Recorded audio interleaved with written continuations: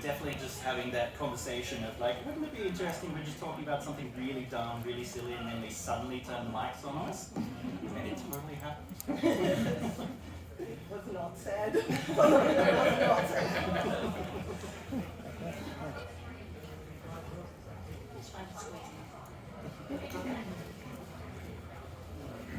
I wonder if all these people are listening. Is that why they're here?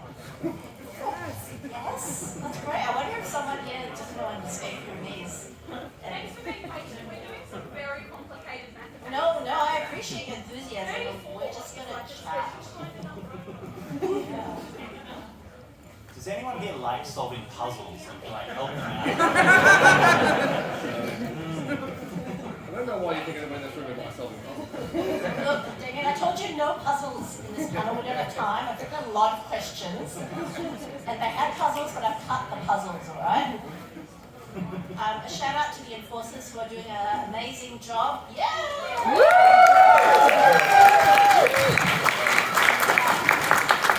And I also want to shout out the tech team in the back there who fixed all my tech problems. Thank you, tech team.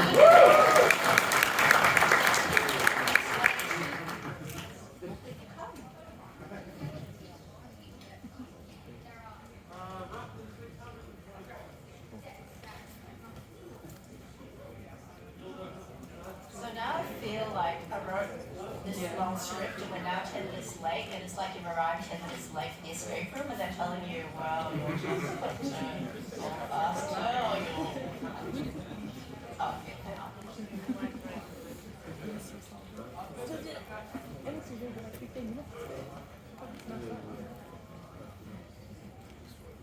Yeah, okay, thumbs up. Welcome everyone. I'm Lee-Fay Low, and I'm your self-appointed game master for this panel on escape rooms. We have 4 brilliant panel members. I've written about 500 questions that I'm burning to ask, and we have 51 minutes to get out of the Gala Theatre in time. I'd like to start by acknowledging the traditional owners of the lands in which we meet. This convention centre is built on the banks of the Birrarong, and I'd like to acknowledge the traditional owners of Nam, the Boon Wurrung and Wurundjeri Woi Wurrung people of the Kulin Nation, and pay my respects to elders past, present and emerging. I'd like to particularly welcome any First Nations people here today, and of course, all of you, because without you, we'd just be talking to ourselves. Really sad. So, I take it that people like escape rooms here at PAX. Put your hand up if you played an escape room. Oh, so many hands. Put up your hand if you're in the industry, you're an owner, or a game master. Oh, we've got a few of you. Wonderful. Put your hand up if you don't know what an escape room is, but everyone was in the queue. Wonderful. I learned so much more. Thank you for coming. Okay, so I'm an escape room enthusiast, which means I spend too much time and too much money on escape rooms. I've played about 160-ish in about 4 countries. Don't tell my husband. He's kids.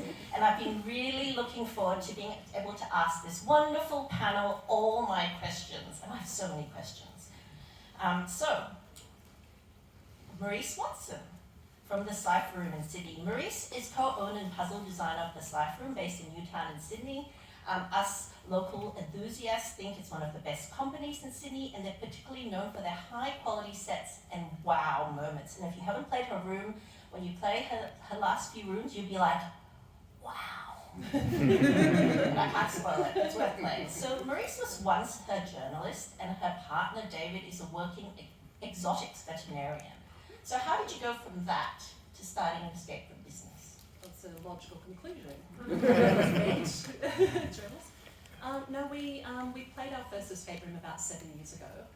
It was the Enigma Room in Sydney, and just fell in love with them. And that night, David and I just kind of jokingly just started sort of going, oh, what puzzles would we do? We like building stuff, you know, we could do this theme and blah, blah, blah. And then I think over the next year, it just kind of became more and more real, where we realised, oh, actually, we really do want to do this. And the skills that we both have, we thought would sort of be a good sort of fit for the industry. And yeah, so we just kind of sort of happened. You just accidentally escape room. So you started your business in 2016, quite early, I guess, in the escape room phase. This is quite young industry. How have your room designs and audience expectations changed over those years? I think we do feel a certain pressure every time we do a new game to really up the set design and the surprises in the game. So I think that's certainly changed. I think people's expectations are not just going into a room with a table with some paper on it or something. They actually sort of expect more now. So yeah, we definitely try and deliver that. So you can't just laminate bits of paper and buy some stuff from IKEA? I'll just keep my day job there. Next up, I'd like to introduce Leanne Yong from Next Level Escape. Leanne is co-owner and a story and game designer at Next Level in the Sydney CBD. Next Level are known for their unconventional themes, humour, and really fun interactions with game masters. I think I have a lot of fun playing with your game masters when we go. Don't even solve any puzzles. Now, Leanne started off as an IT consultant and is a published author. Very exciting, Leanne. Leanne, you weren't part of the original team that set up Next Level. So how did you kind of invigil your way into that business? Well, so a friend and I started reviewing escape rooms it would have been 8-9 years back, I think, after we had a random 2 or 3 day stopover in Helsinki, and we just you know what, let's play all these escape rooms we can.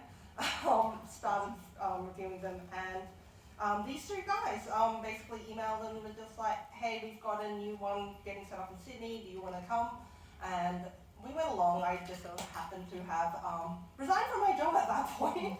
Didn't know what I was doing at that time, and got talking. They just set up this really cool 15-minute room, and we're in the process of building out one other. And so yeah, I came along, got talking. We got along really well, and now it's yeah. So you also accidentally started a business? Yes. It was not planned, but it worked out really well, and luckily, still around with Aaron, who's just right there.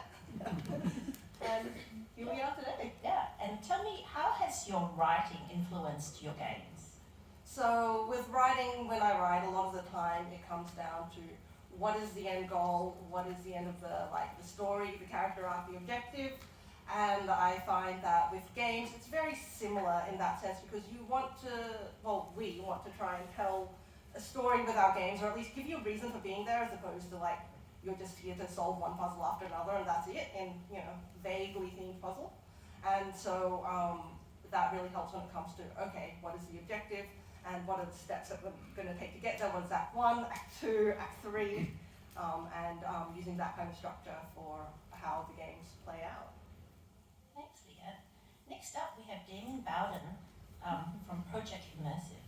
Damien is co-owner of Project Immersive, based in Brisbane, and the company name says it all. Project Immersive is known for story, world building, and immersion. It only opened at the end of last year, so congratulations, Damien. Their first show is Area 1 escape rooms, but they're going to be branching out into other forms of immersive entertainment. Now, Damien is somewhat of a Renaissance man.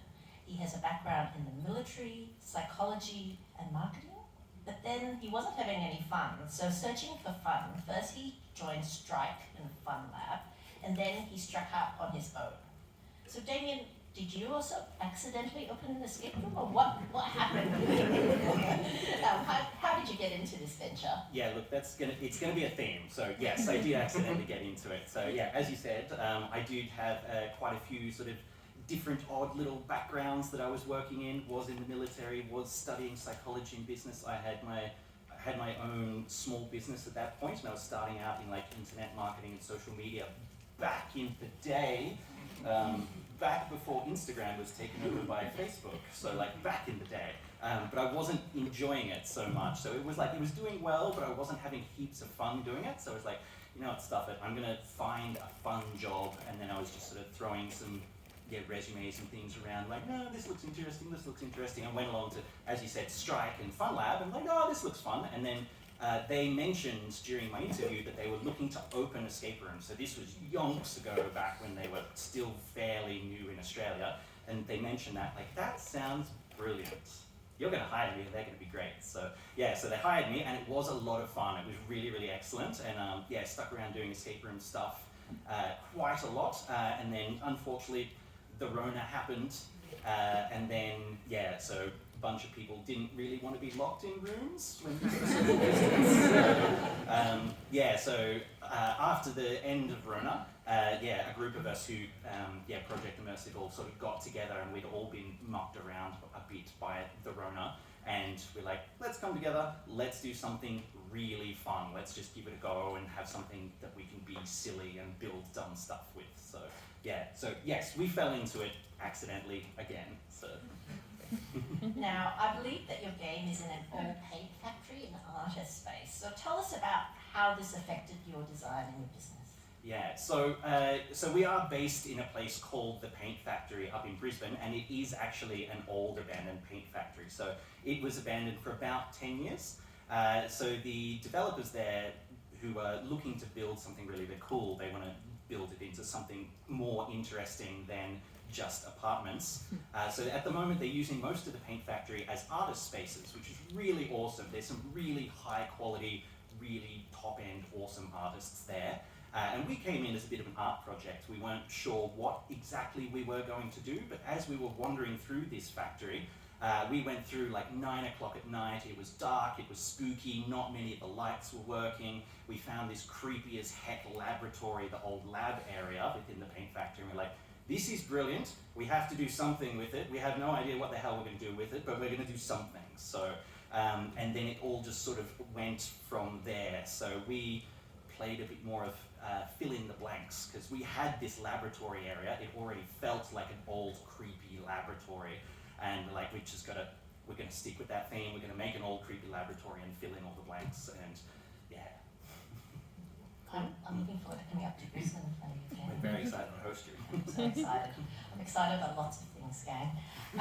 So lastly, Charlie Kedmanek from the Curium Experience. You might have some flyers from the Curium Experience, because this Curium is the hottest new game in town, is what we're hearing. I'm excited to play it this weekend.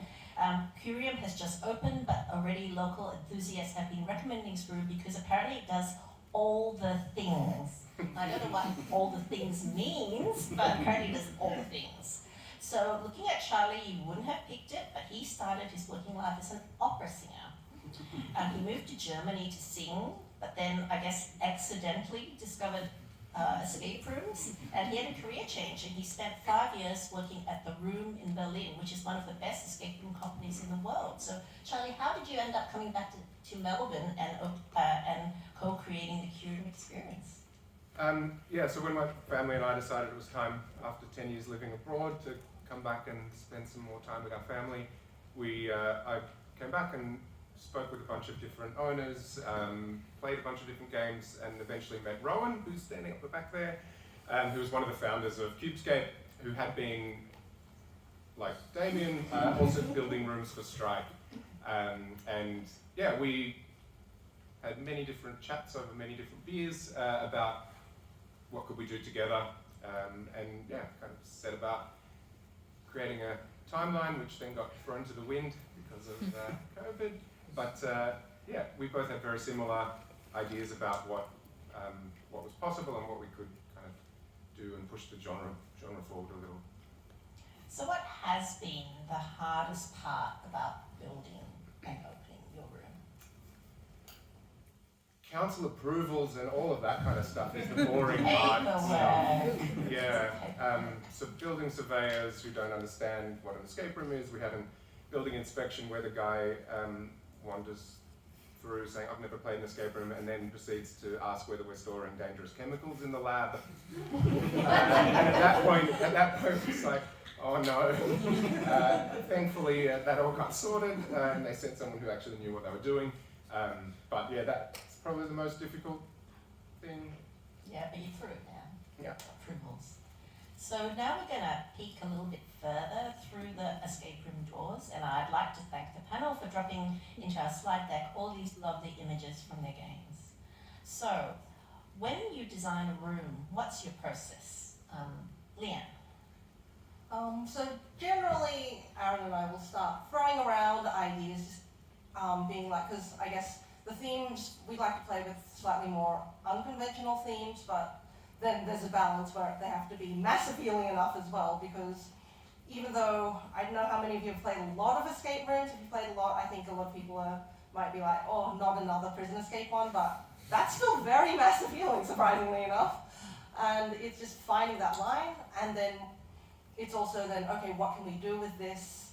How do the puzzles work? How can we build them in a way also within, our capabilities, our budget? How can we make them uniquely next level in the sense of, we use a lot of GM interaction. Basically, the things that make our company different from others in our own way, whether like humor, interactions, and how can we bake that in? And then finally, what are you doing there? How are we going to make the puzzles work in the sense of, here is the objective, and here is how it all strings together so that it makes like story sense. Because we're both very, very, we want it to make sense, otherwise it's just like a string of puzzles that you can throw together. And then from there, it'll just be, okay, how do we throw in the tech? How do we use the tech in a way that also just feels natural, is integrated with the room, ideally hidden well enough, if need be, and where everything makes sense, I guess. Yeah. Thanks, Leanne. How about you, Ruth? What's your process? Well, we always start with a theme first, and then just lots of research, I guess, in terms of timeline, things that might be in that space. Like, we have a black and white film game, and so I did a lot of research on film noir, what are the tropes, things like that, and what would make sense in that space, I guess, as a puzzle and a storyline. That's basically it. We actually had for our latest 2 games, they're in a new location, and we have a warehouse, and so we've been sort of trying to play more with theatrics and things like that. So we actually did a different thing with those 2 games where we started from the end of the game and worked to the start. Because remember, wow!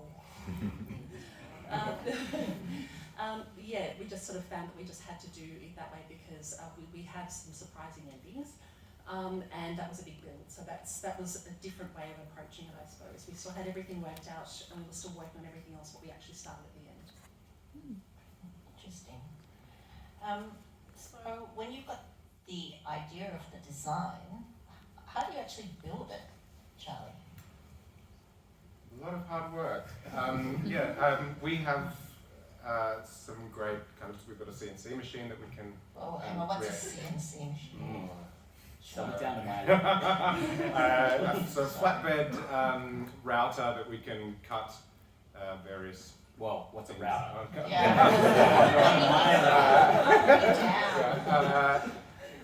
Oh God. I know what a router is. Yeah. So we can create anything from sort of signage to wood paneling. All of our props we make ourselves, and can kind of do quite fine work, or also larger stuff. We've got a team of 4, and that we. 4 people. Yeah. To build your escape room. Yeah. Sounds like a lot of people. More people than some have. But we have a designer and then a tech guy, and then Rowan and I. Rowan's mostly in charge of all of the kind of detailed design of the puzzles and mechs and all that kind of stuff. I'm just going to write some notes. Must have bigger team. It is handy to have lots of skills covered off. Must learn what CC thing is. David, how about you? What's your process for building? Our process for building, you can describe it as fucking chaotic.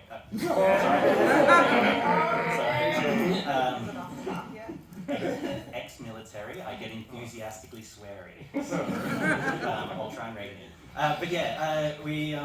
It's nuts. So you get all your ideas together, and then you've got to try and actually build the things. So my best sort of description for it is, if you do like solving puzzles and you like escape rooms and things, is try building an escape room, because the puzzles that come with actually building everything and making it all work and making it all fit together is just, it's a whole new thing. So the way that we sort of build our ones, because we've got a team of 4 as well, all have quite a wide variety of skills. One of our team members works a lot with films, movies, films, TV shows, doing prop building. So, for example, they're off with Disney building a giant submarine for Nautilus at the moment, so off doing some cool stuff. So we actually yoinked a lot of our props from a movie called The Portable Door that's coming up sometime soon. So it had like a similar sort of theme of like other dimensions and sciencey laboratories and things like that. So so we had a bit of an in, and a lot of how we built and cobbled together and got all of our props was we did have a bit of an in with a variety of different places. So we movies, Woodford Folk Festival up in Brisbane, if anyone knows it. There was quite a few of our friends within the industry who got hammered by COVID again, and we sort of jumped in and look guys, can we just take some of these props from you? Can we pay you for it? Can we grab this? Can we grab that? Because there was a bunch of people who just weren't using it, unfortunately, and they were very kind and very happy to sort of see them go to good use. So yeah, a lot of our stuff is repurposed interesting things that we get it and we're like, I don't know what that is, but we're going to put a puzzle on it. So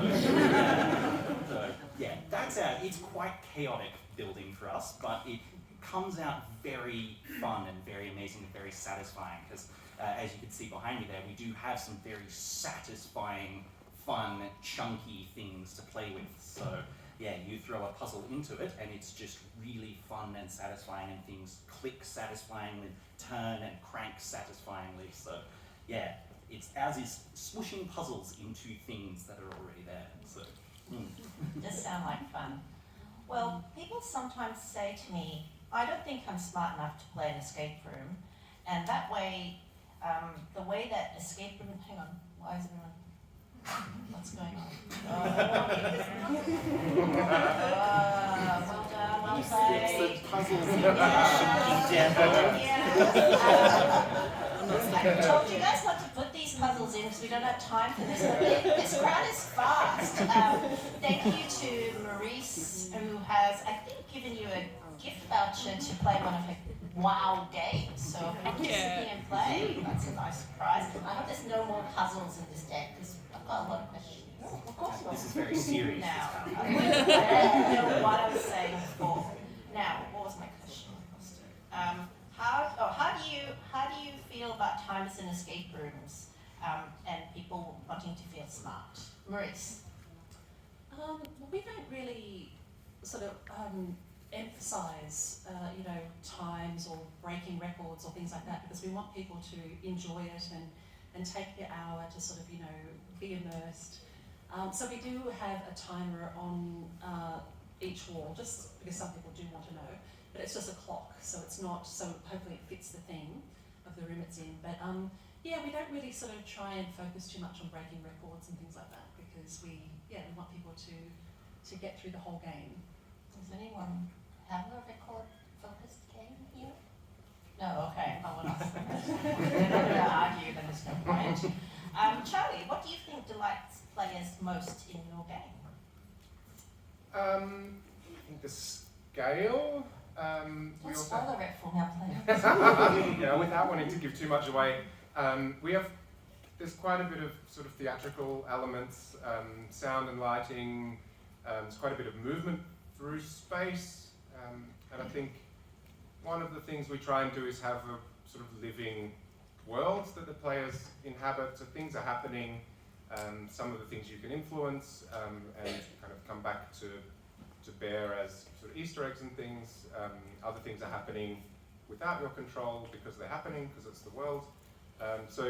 We try as much as possible to have a sort of living, breathing world around that the game sits in. Wonderful, I'm looking forward to it. Leanne, what do you think delights players most in your games?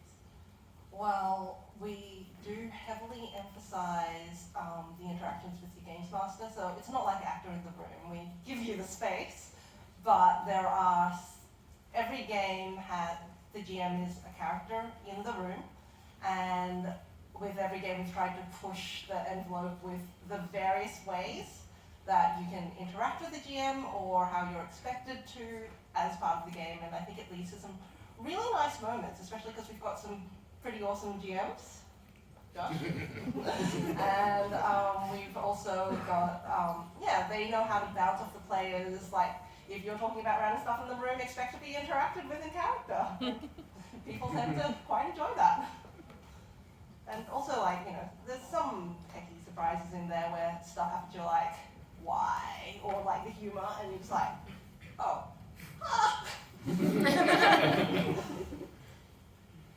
A range of people come to escape rooms, from corporate teams to bus nights to, they're all staring at screens. Hey, this again. Whose fault is this? This is Damien's fault.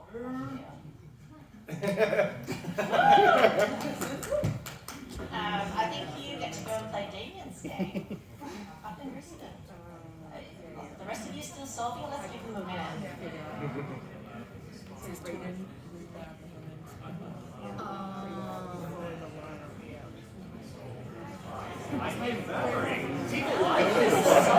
Yes. To be fair, it wasn't really loud. It was quite a tense game. I see now. Yeah. Like a pointing, let's some more. Okay, most people go, are you good?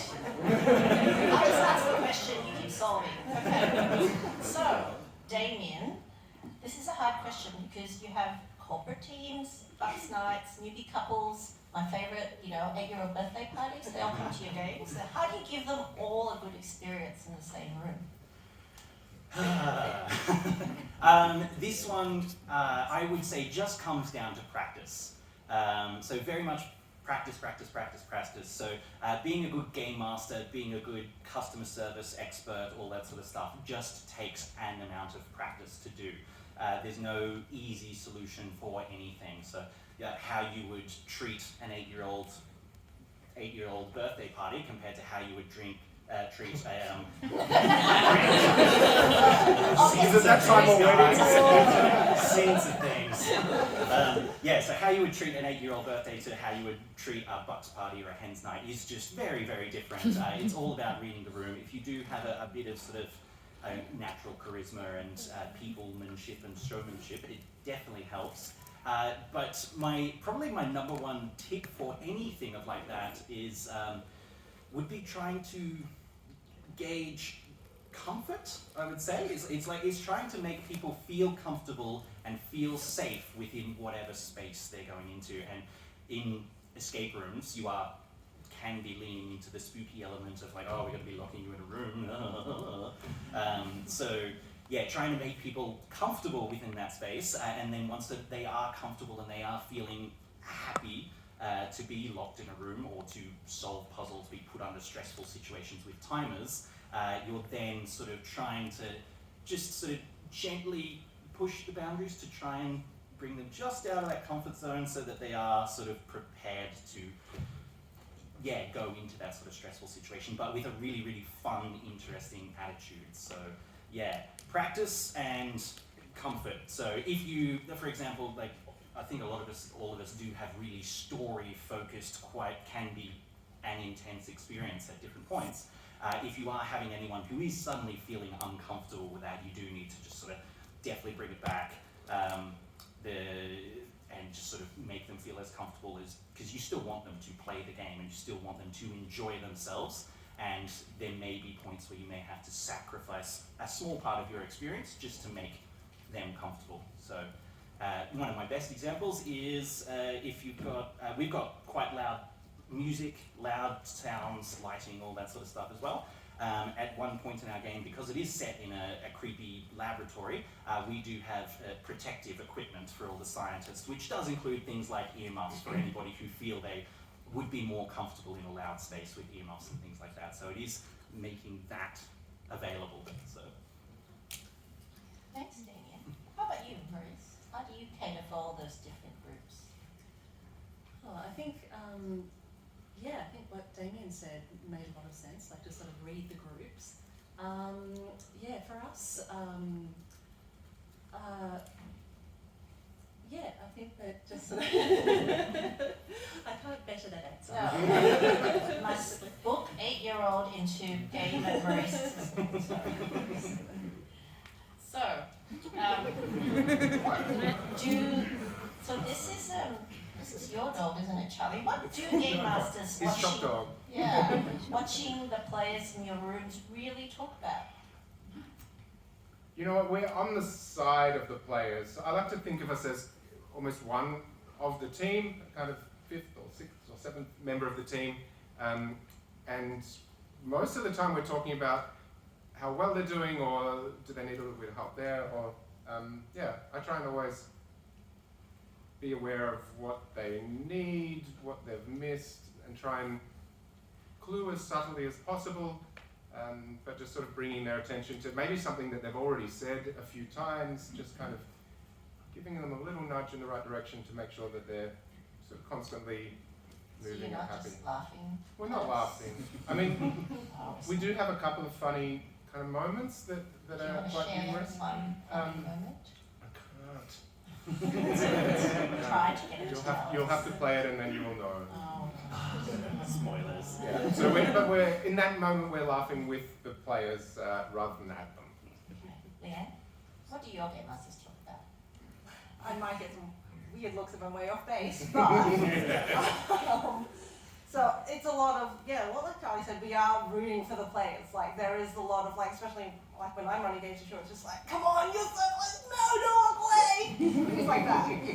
And then there's also a lot of things like, for example, we've got identical rooms where sometimes you've got 2 teams going head to head, and there'll be a lot of back and forth about where's your team at, when I need to push mine, how do we keep them in parity, just so that you don't want one team to get out like a 30 minutes because they smashed it and the other to go overtime or anything like that. But then there's also just random stuff like, we have an art wall that's going on now in our staff room. There's also, our staff make fun of us when we happen to be around as well. So that's a thing that they talk about. But no, a lot of it is just, where are the players at? And sometimes because a lot of the interactions are unscripted based on what players are doing, and some staff members have really awesome lines, and you'll hear oh, I really like that one, and then you'll kind of start to see it spread around for all future games, things like that. Nice. Arthur C. Clarke said that any sufficiently advanced technology is indistinguishable from magic, and sometimes when you play a room, you use the technology to make us players feel magic. How do you think about the use of technology in your games? Damien? I'm going to hand this one over to my very awkward tech in the audience. I'm not actually, I'm sorry.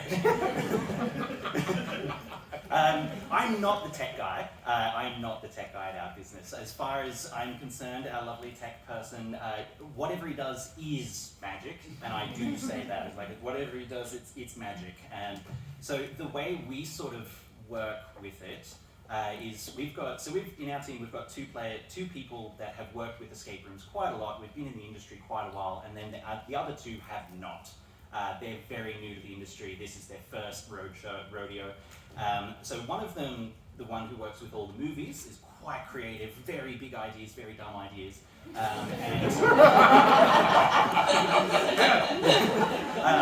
And the other one is a writer and sci-fi writer, world builder, all that sort of stuff. So it's sort of the creative process that we've done is that those 2 have come up with all the ideas to make our game happen, and then the other 2 of us, we've tried to make that all happen. So that's sort of how it worked. And often with all of our tech things, we do have a big, dumb, creative idea that comes up, and then we just sort of go, can this happen? Can we make this happen somehow? Can this work? And it's all for a reason, I would say. Having tech in a game for the sake of having tech, for having a door that pops open for no reason or something, is a bit naff. we do want everything to have a reason and in the story, and you want it to feel satisfying, you want it to feel good.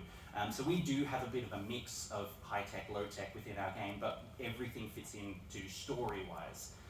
So for example, in our laboratory, we do have a mix of high-tech security issues, and then we have some low-tech security backups for when the high-tech one goes nuts. And that's all within world, it's all written, it's all talked about within game, things like that. So for our tech things, yeah, we do want to make them relevant for the game, relevant for the story, and suitably robust as well for players to be able to play with and muck around with. So, yeah. Maurice, your games are historically set, so how do you deal with tech in those games? Doesn't make sense to have a big button for me to press in your game. Yes, exactly. So we tend to hide our tech. So, for example, if we want something to open, we just hide all of the tech so it just magically appears, I suppose. But that's really important not to, because we do have a lot of, our games are mostly vintage sort of inspired. So it wouldn't make sense to have like a screen on the wall or something. So yeah, we do definitely hide our tech. I guess Damien already alluded to this, but one of the challenges with using technology is that it can, oh, here we go again.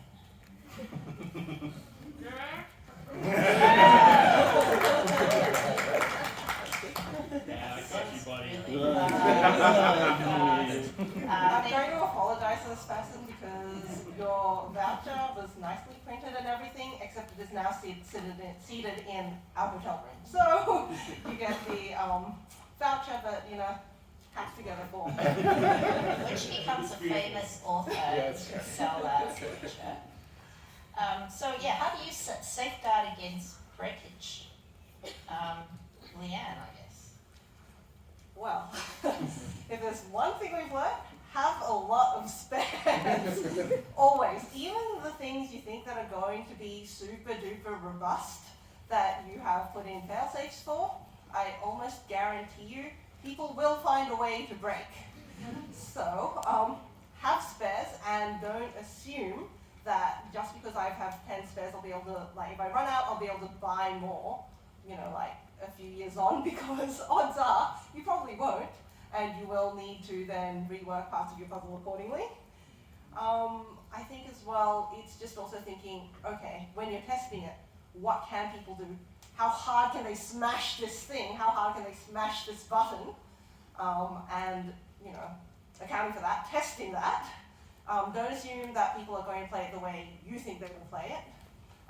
Just think about, if I was drunk, I've had 10 drinks, and I am in a really, really I'm gonna go mess things up mood, what could I do to this? And play off that. I know that Maurice did message the group the other day and says she couldn't come because someone had kicked a door in, Maurice? Yes, yes they had. So you really need to build. And we build everything really strong, like David, my partner. We've done 5 games now, and we build everything really robustly. But this person you don't expect someone to kick a door. But yeah, so we fixed it quite quickly, but it was not great. Charlie, is anything broken since you opened? Not yet, but we've only been operating 3 weeks. But all of our props go through a very rigorous kind of testing process, which involves Rowan throwing them at the concrete wall. And if they survive that, it's like, this looks good. Boom. Oh, didn't survive. Okay. But on that, also the game master's job is also partly to protect the game from the players. Usually you can tell if a group is handsy, Enthusiastic. and then you know to watch them more, and if you need to, you have to just sort of say, guys, stop, it's going too far, if it keeps going then we're going to have to stop the game. And that's an unfortunate fact of it, but yeah, it's partly the game master's role to be aware of that and also minimize frustration in the game. Players tend to, when they've run out of good ideas, think of disruptive ideas. So if you can keep them on a positive kind of path by well-timed clues, often that stuff doesn't happen. That makes sense. So I wonder if, oh, here we go.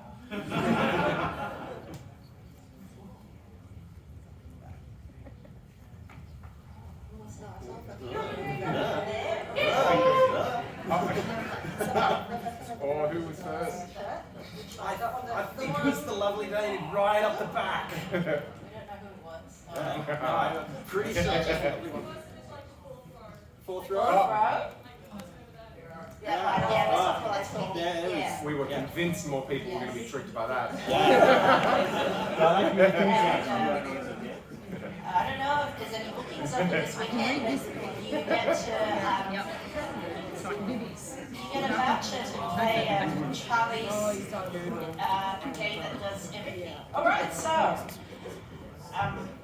does anyone have a question for the panel? Put your hand up and wave it around. There you go, and the enforcers are going to bring you a microphone.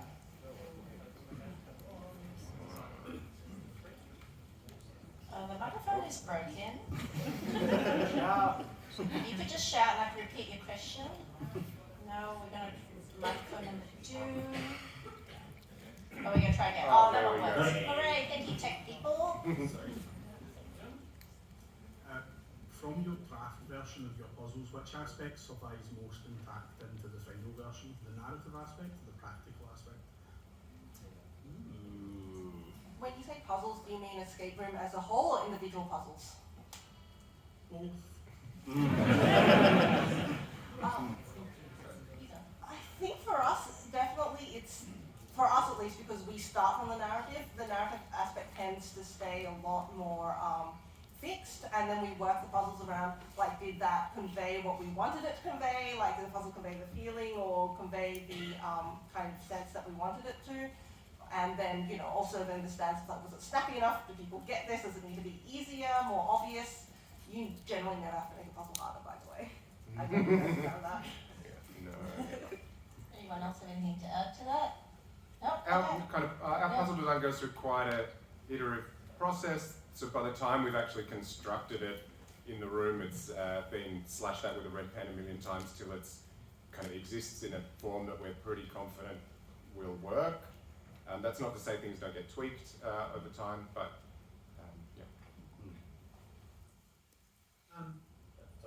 Yeah, go. With the current mass media depicting escape rooms as death rooms, has this been beneficial or a detriment to the actual? Bruce, want to take it?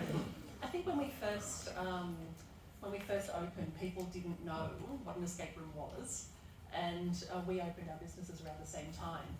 And so you had the council not knowing what was going on and thinking that you were really locking people in a room. Occasionally we get some people who are really scared and think that they're going to be locked in or that they're going to be somehow abducted or something. But no, not so much. I think people now, it's well known enough. That's been out. Except for that one guy who came to do the fire inspection. yeah, that's right. I don't know where he's been hiding. Gentleman with a very cool hat. Hi, do any of you have rooms that have multiple solutions or at least multiple pathways that tie back together? Yeah, we definitely do. There are a number of kind of endings, and also with our tech, we've created a game that every group will have the same sort of narrative journey through the game, but with some changes depending on decisions they make. So yeah, there are a number of different endings, and also some kind of little surprises along the way depending on what things are enabled.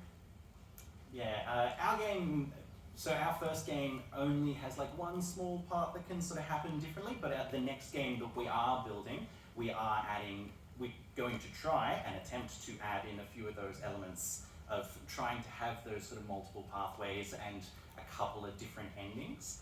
It can historically be a bit of a jerk within the industry, because if you are putting all of that work into building more puzzles and more story and things, you are putting more money, more time, more effort into things that may not be seen by everyone. If 80 to 90% of people choose the good ending, and you put an equal amount of work into the bad ending that only 10% see, it's tricky for traditionally small businesses. So.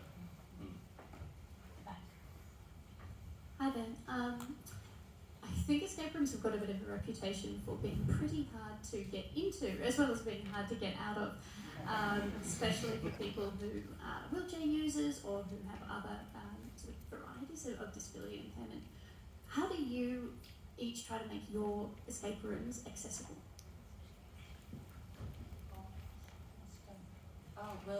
With ours, all of our games are wheelchair accessible. We think it's really important if we're going to have any crawl space or anything that requires more mobility, that there is a workaround. So there will be a door that somebody can open and allow someone who has physical disabilities to be able to go through. We also have a game that's black and white, and we joke that colour blind people have no problem in this game whatsoever. I think for us as well, like same with the accessibility, pretty much all our games, like I think because of code standards, we try and make them accessible, wheelchair accessible, that kind of thing, but also then finding ways, for example, hosting groups that are hard of hearing, that kind of thing, and being able to put in captioned, in-theme looking caption stuff on top of certain puzzles that may be audio related, that kind of thing, and we found that that being able to do that is pretty important. And because we run our games one games master per game, and they looking after that game, they can also, if necessary, be in there, with them, especially with hearing impaired. If you're doing hints, we use a voice guard system. They can actually just be in there, kind of unobtrusively with hint pads, that kind of thing, to make it as accessible to as many people as possible. I'm going to take one more question in the interest of time. Sorry, ask us later. We'll still be here. How much, or have you done anything that incorporates the virtual with the physical? I can jump in on this one. This is something that we are sort of looking at. It's not something that we've done with our first game, but it is something that two members of our team are super passionate about.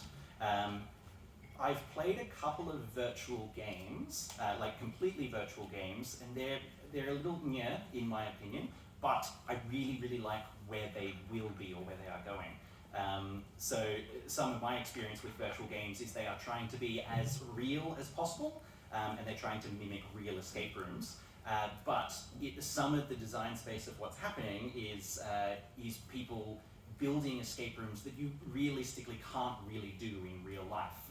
So things like fixing a space station in zero gravity, being underwater and, solving, escaping from a shark cage or something like that. So that's what I'm really, really quite interested in into the future. But something that we are looking at for a project sort of down the track, I'm trying to figure out how much I'm allowed to say and spoil. So there's a project that we're looking at down the track where we want to build a huge open space, kind of like this, think a factory floor warehouse kind of thing.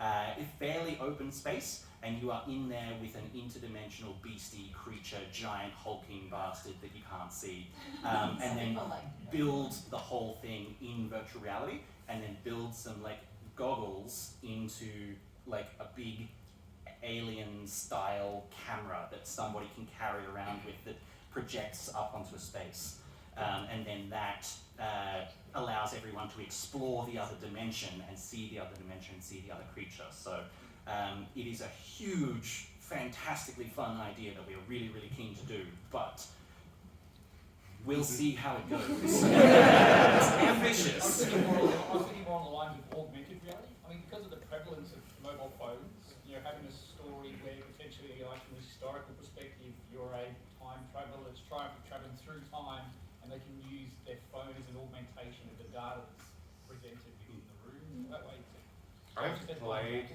a couple of games that use things like that in Europe, and never terribly well. Like I haven't. It's often also something that one person experiences, and the people that don't have the device aren't, which then you get a bit of FOMO. Yeah. We will take one more question because we're allowed to go over time, and then I'm going to do a rapid fire round. Okay, for the panel, if you had one theme or story that you could explore that you have not yet or are not technically capable of doing, Question off my list. what would it be? The dream game question, eh? Something underwater. I think would be amazing. Yeah. A sinking submarine-y kind of thing where real water comes through and you've got to stop it happening would be cool. Yeah, the whole real water again is quite high on my list. If you could do something where somebody actually gets like scuba suit to then dive down and something to save everyone, like, oh baby, that'd be fun. Insurance would need to get a lot cheaper. Or you can get through the fire safety now. Go to Russia, they have them. Yeah. All right. So I'm going to finish with a rapid fire round. We're going to start with Leanne and just work down the road. Just give me a quick answer and we'll move on. What prop gets broken most in your rooms? We have a control panel. I'm going to say that.